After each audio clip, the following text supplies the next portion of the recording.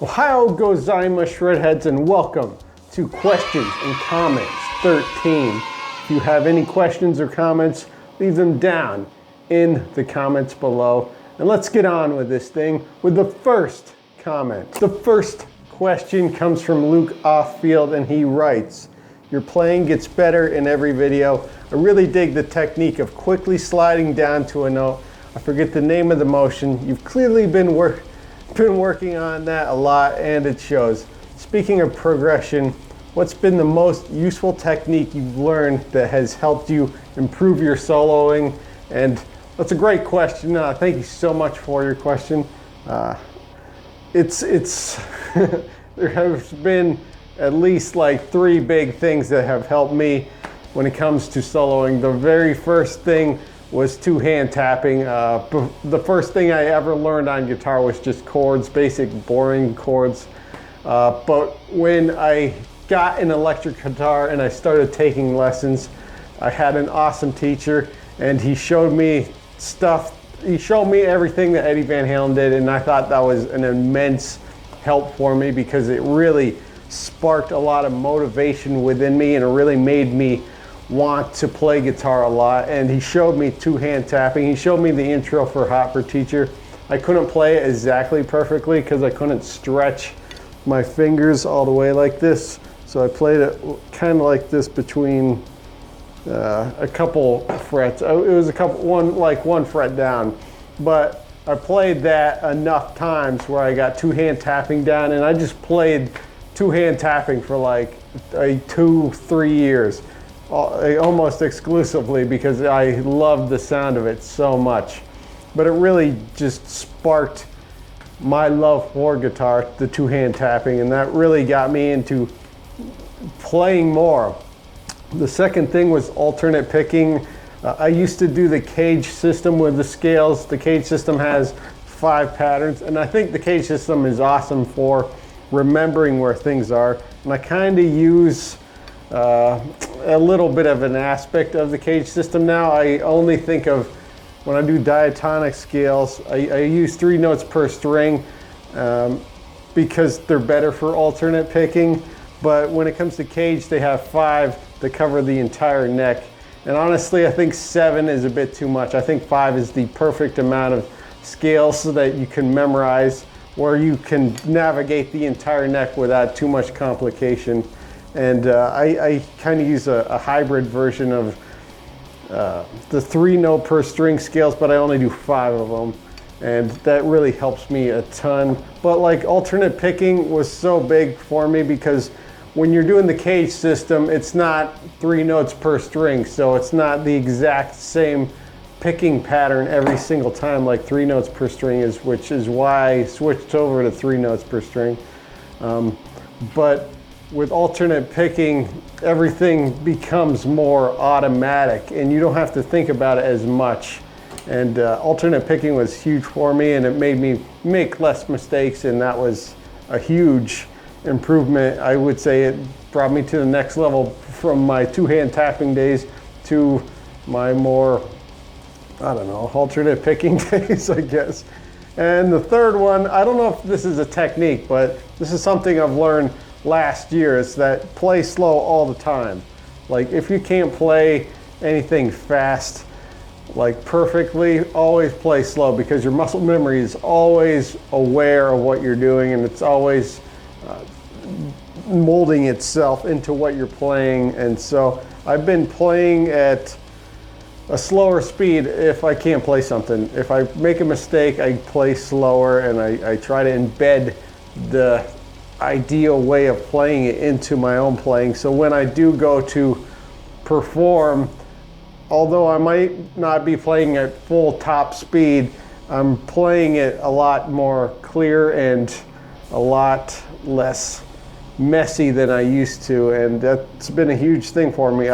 That has literally tripped me up for decades, and I'm just so glad to have finally overcome such a limiting belief over the last year, and playing slow is my religion now. It's everything.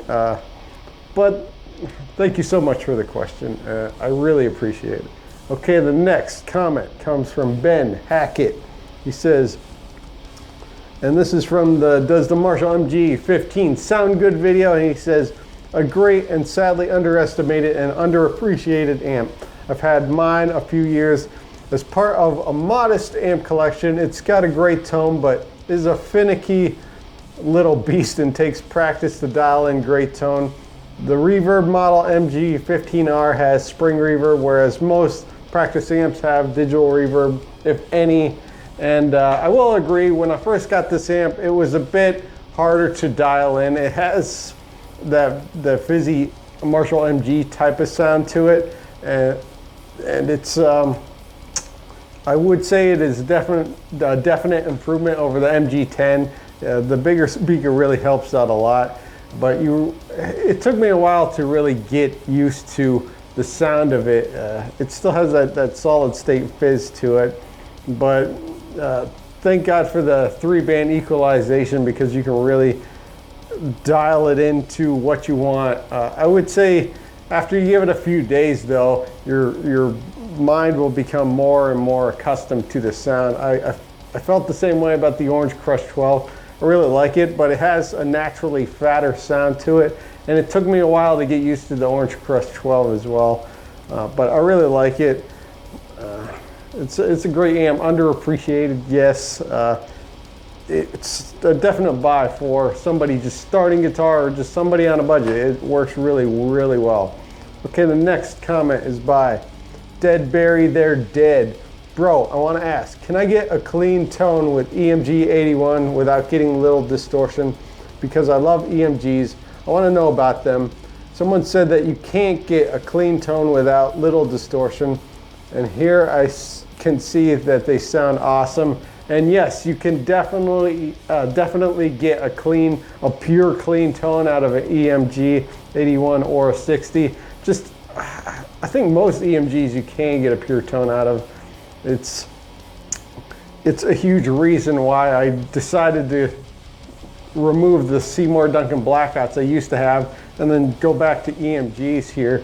The Seymour Duncan blackouts, they clip. They just naturally clip your sound, and it was really hard to record either through an amp live or just recording direct in, because it's constantly clipping. There's no way to unclip it.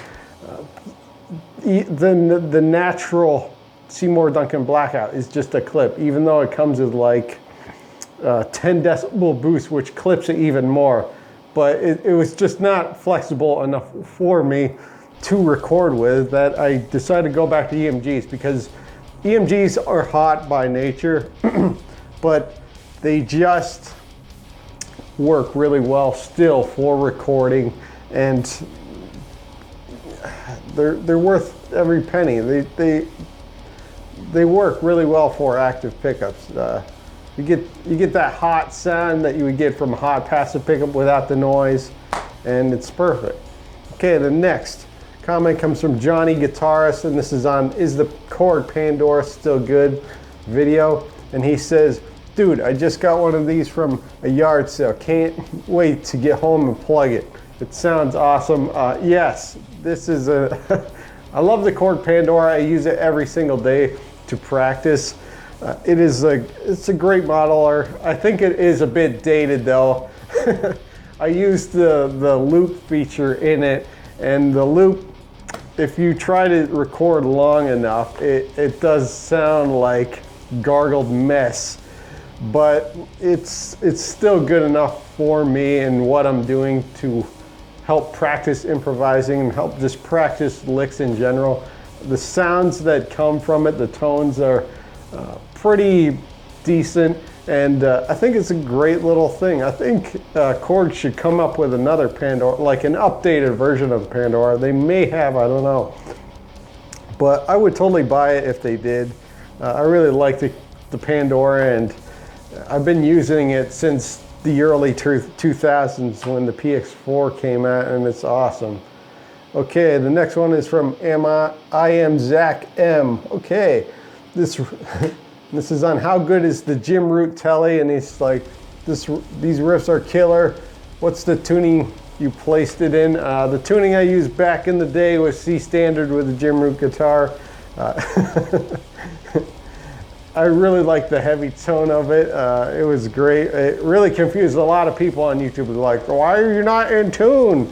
What the hell? Like, did you not ever listen to Pantera when they played in C sharp standard? It's a thing.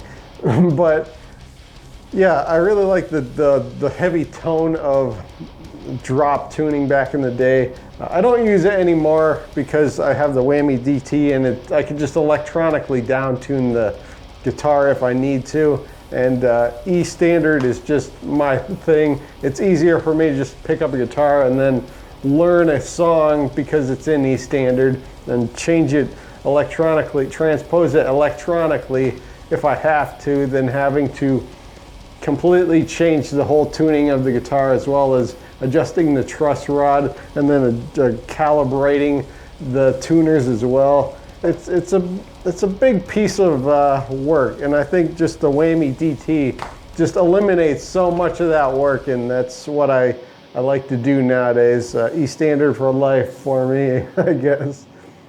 Okay, the next one is from Steven Seagal.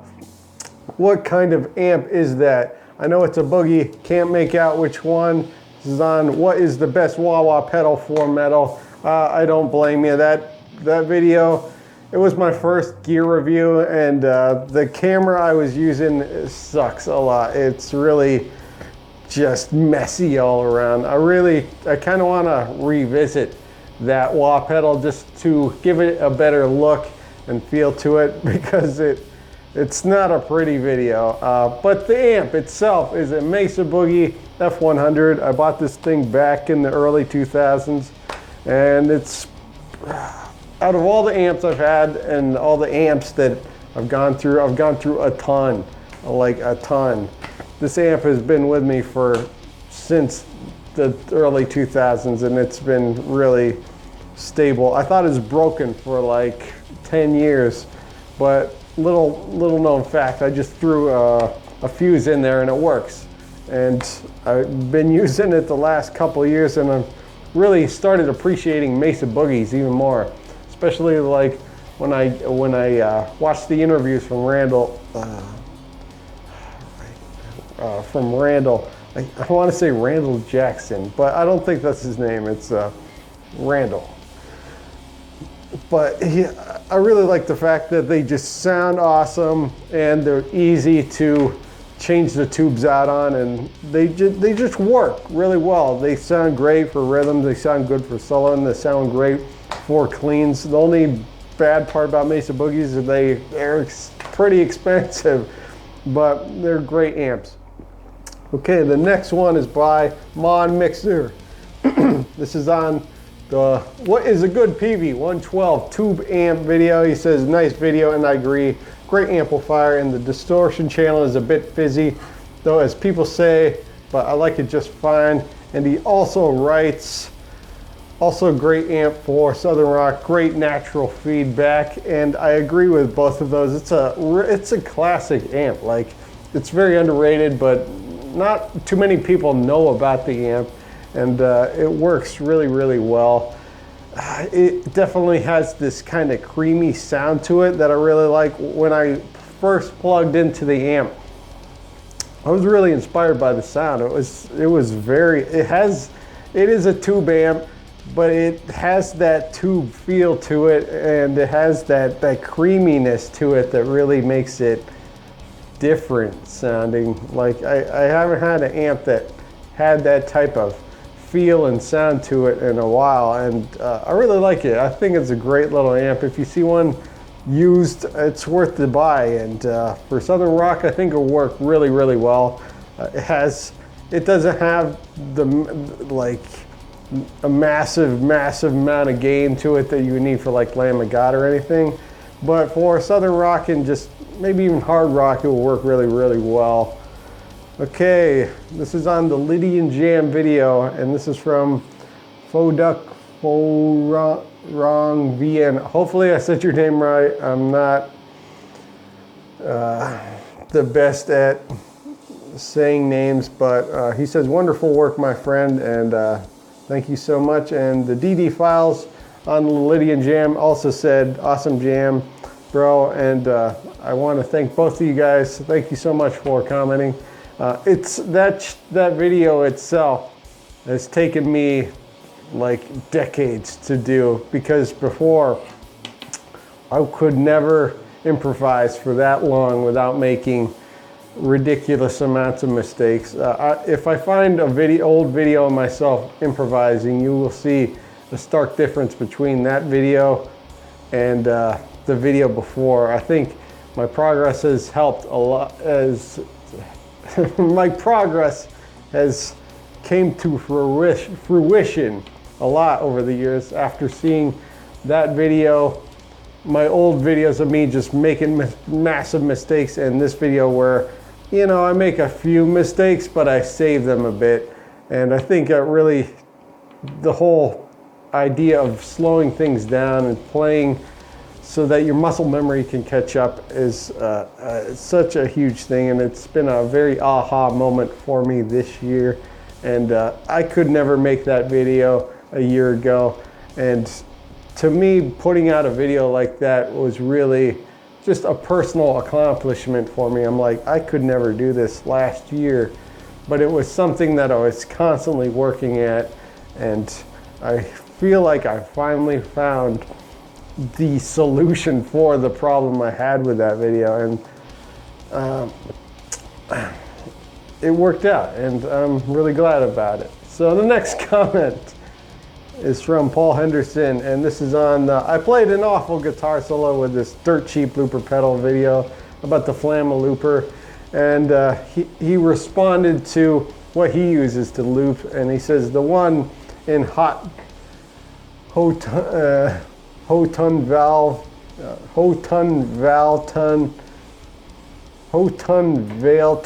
GP100. I can't speak English, I'm sorry. But they all kind of suck, drums that is. Weird cheap samples. Other than that, great effects processor and an amp cab simulator. Flamma sounds cheap either, but I think it has a better metal groove patterns than mine. I actually looked up that product. It looked really, really cool, especially how it hooks to the PC, and it has a very super simple layout where you can just move the effects around. It looks actually pretty cool. I might check it out, we'll see. But I will agree with the Flamma looper. The drums aren't the best, but they work for what the money is. I looked at the RC10, the Boss RC10, and there are things that are better about the Boss RC10, like you can have a verse section and a chorus section where you have different drums, and it works out really well. I've watched a bunch of Dave Simpson videos where he uses the Boss RC10, and he can really create these cool soundscapes with the Boss RC10, and possibly I might get it later on, I don't know, we'll see. But I think for the money, the Flamma is really, really good. You're getting a great value out of it. The looping samples in themselves just sound really great coming back at you. The drums, yes, they're cheesy, but I think they're just as cheesy as the Boss RC10 drums.